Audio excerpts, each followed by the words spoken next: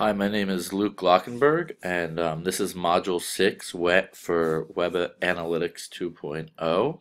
Um, I'm here to talk about Disney today. First, I'm going to go into a little bit about market segmentation. According to Michael King, market segmentation is a basic tenet of marketing that has long been ignored by SEOs. It is also used as a strategy which involves dividing a broad target market into subsets of consumers, businesses, or countries who have common interests and then implement strategies to target them. The three components in market segmentation are segments, cohorts, and personas. Next, I'm going to give those of you who don't know enough about Disney a little bit of background information. It was founded on October 16, 1923 by Walt and Roy Disney as Disney Brothers Cartoon Studios. It became known as its current name today, the Walt Disney Company, in 1986, and started focusing more on theater, radio, music, publishing, and online media. Disney has 14 theme parks around the world. It is the world's second largest media conglomerate. Not a lot of people know this, but Disney owns and operates ESPN, ABC, A&E networks, etc.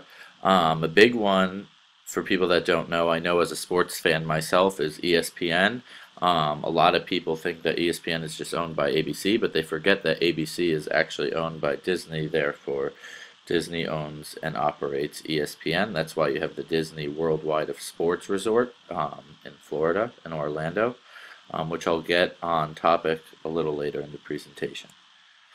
First, I'm going to talk about segments and let you know what they are. Segments are groupings of similar entities. You can and should quite literally segment by any set of rules in your data, meaning you should be able to record any segment and make up your own rules almost. The one thing though is that you have to make sure that the segment that you're tracking is actionable. Popular actionable segments that are used every day are geographic segments, behavioral, seasonal, and benefit segments. There are also a very common segment is demographic. I will be showing you some demographics of Disney later, but these are the four most common ones according to the King blog. The geographic segment is the one I chose to do for Disney. It's big because Disney has theme parks placed in two in the United States, Europe, Japan, Hong Kong, and Australia. So they're global. They're all over the place, and so the geographic segment to me made the most sense.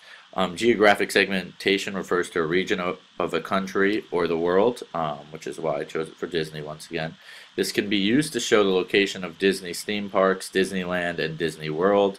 I already mentioned that they're in the United States, Europe, Japan, Hong Kong, and Australia. The areas the theme parks are considered tourist hotspots. That's a big one to me. Whether you're traveling to Europe, you might want to stay at a Disney resort, or Australia, Hong Kong, Japan, but also in California and Florida, which are known as warmer climates in the United States. It helps increase vacation visits to the theme parks.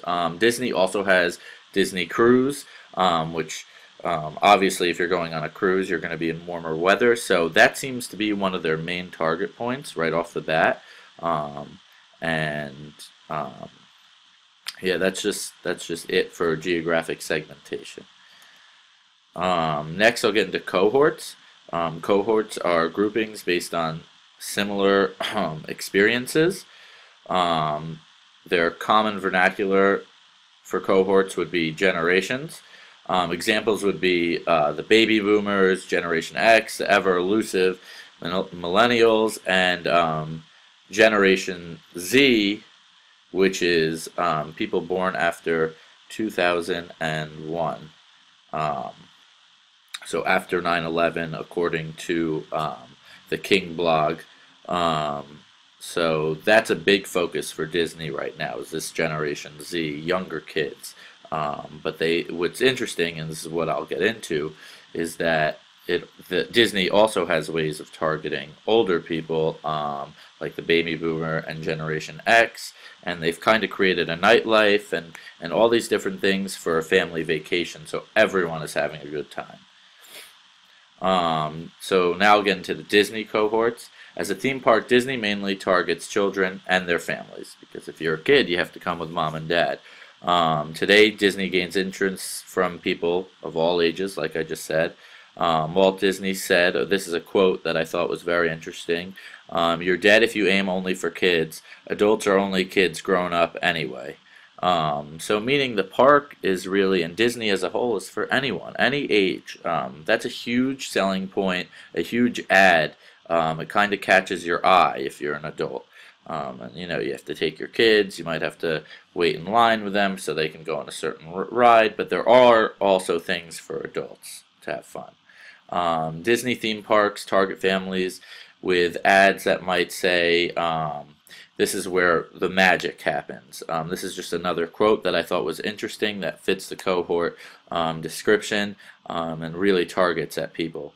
Next, I'll get into Generation Z, which is people born after 2001 are going to be more interested in the small and playful children rides, or taking pictures with all the Disney characters. I know when I was 6 years old, that was the only time I went to Disney, I wanted to play in Kittyland. It's a Small World was one of my favorite rides. I remember I still have my Disney character autograph book, and so does my cousin, who was also 6 at the time when we went together. And it was a great day. I didn't stay for vacation, but we stayed all day. We watched fireworks at night. So, you know, those are things that families might be more interested in seeing. A show like, I'll get into the Baby Boomers and Generation X, which is 1946 to 1964 if you're a baby boomer, and 1965 to 1980 if you're Generation X. They might be more interested in dining events or seeing a show of some sort at night. There's also the Disney Safari. There's also Disney Water Park. At the Disney World location that I went to in Orlando, they had all those things open. There was also a train, I'll say, I don't know the other word for it, that took you around to view all these different things. For example, in the safari, you went through the safari, or you could travel through the whole resort, going through studios or movie sets.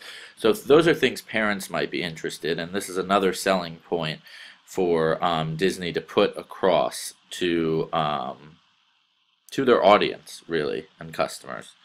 Personas. Now I'll talk about personas. Personas are specific archetypes of people in the target audience. There are 2 types of personas.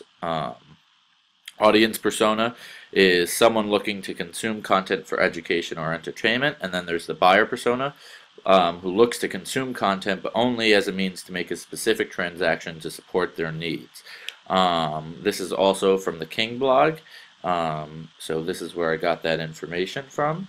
Next, I'll talk about the Disney personas.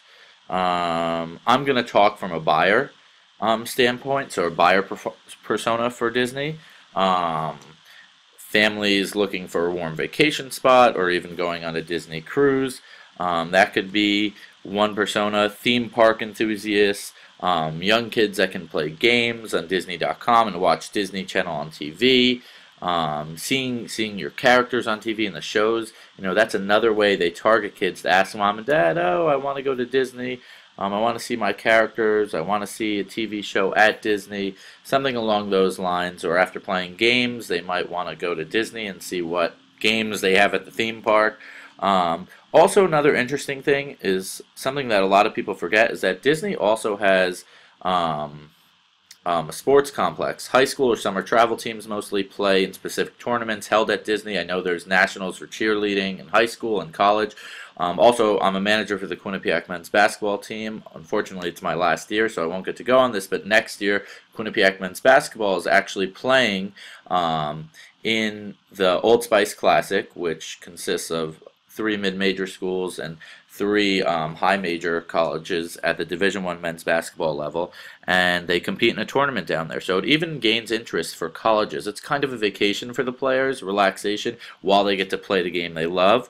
Also, the conference we're in, which is the Metro Atlantic Athletic Conference, the MAC, Also does their preseason polls down there. They do a coaches conference down there, which is live on ESPN3.com. So that also is another way Disney is targeting people. It's showing that the theme park can be fun for people while they're at an athletic event, or if you just want to see an athletic event, it might be fun for mom or dad to go see that. Or dad to go see a baseball game while mom takes the kids to the park to go on rides and stuff. So those are it's very diverse in that sense. KPIs and targets. Key performance indicator is a metric that helps you understand how you're doing against your objectives. That's from the Kaushik article. This is also from the Kaushik article. The targets are numerical values that have predetermined as indicators success or failure. So now I'll get into Disney KPIs and targets. The objective I've created is to increase sales and increase the visits to the park. My goal is selling more park passes through the use of Disney.go.com, the Disney website. One of the KPIs is monthly revenue. The target would be monthly to keep track of that monthly. I would use exit and landing page metrics to see how many people are landing on a page where they can buy tickets. Another thing we could do is visitor loyalty. This would help us see the same people who are visiting the website every day or on a daily basis, weekly basis. So the target would be daily or weekly, I should have put in there. And another monthly one for the target would be sales or promotions that are available to customers every month or monthly, depending on the season, depending if it's, for example, it's Halloween this month. Is there going to be Fright Fest or something for kids for Halloween? Is there a promotion going on for vacation? That type of thing to get people interested and make it more affordable. So these are from Alexa.com, all these slides I'm about to show you. First I'm going to get into demographics. Right here it shows the gender. It shows more female than male actually visit the website. The education to me isn't really, not that it's not important here, but it shows that most people who are going on, I guess, have no college experience or some college experience. Graduate school number I'm not shocked to see down because not everyone finishes with a master's. Most people stop school after undergrad. And then some college experience. The internet average actually surprised me though. School is way ahead of home and work, meaning maybe more kids in college or are planning visits to Disney with themselves, ages like 21 to 24 maybe. That millennial age group that I talked about before, mentioned before. So that's interesting to see that it's at school more than work. So the next thing I'll get into is the bounce rate and page views. The bounce rate shows that it's gone down actually, but another thing that I looked into the bounce rate at 26%, it's not as bad as it seems. People are fluctuating through the websites, going to different pages, whether it's kids or parents. And actually the daily page views per visitor, 6, is pretty high. That means someone's visiting the page from 6 to 7 times a day. That's just one person. So I wonder if it's just kids playing games or people are really looking into promotions or just the website in general. And 9 minutes on the site, that's pretty good.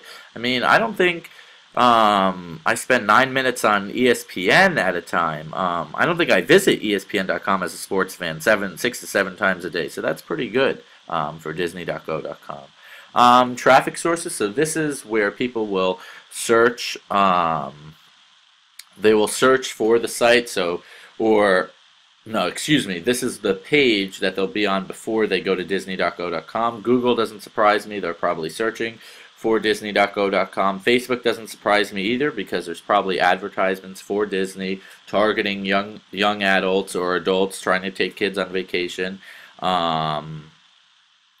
They're probably Yahoo.com, another search engine, Bing.com, another search engine, and Disney.com can take you to Disney.go.com and fluctuate through the website from there. Next, I'll do what page do visitors go on.